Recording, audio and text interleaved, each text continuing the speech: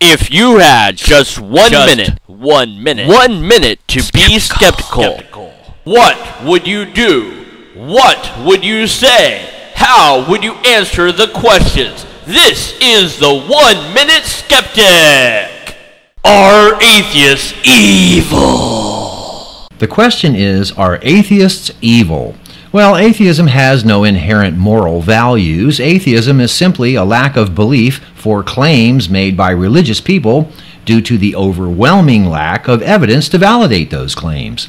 Good and evil are completely subjective concepts, which have evolved over time, just as humans have as laws, which still differ greatly, primarily depending on where you live. But religious people argue that morality is objective and only comes from God.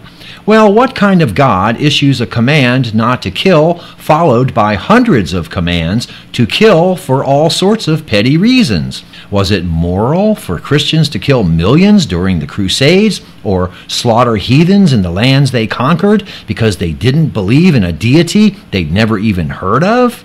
Is it moral for Muslims to kill all infidels? Give me a break. The truth is, religion has caused more mayhem, suffering, and murder than any institution in history.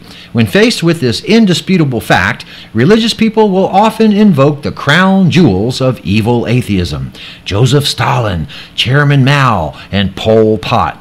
They'll say, see what happens when atheists run things? But the truth is, if any religion had ever actually proven itself with real evidence, there wouldn't be any atheists. And Stalin and Mao and Pol Pot would have been religious killers instead of evil atheist murderers. So the buck for atheism's very existence really stops with religion, doesn't it?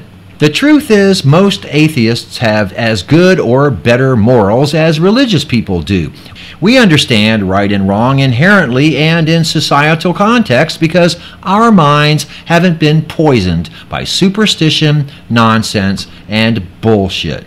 This has been the 1 Minute Skeptic. We're fully aware that this 1 Minute Skeptic was actually more than 1 minute, and if you post that in the comments below, you will be eaten by lobsters. Post your serious questions instead in the comments below, and one of our skeptics might answer it. Thanks for watching the 1 Minute Skeptic.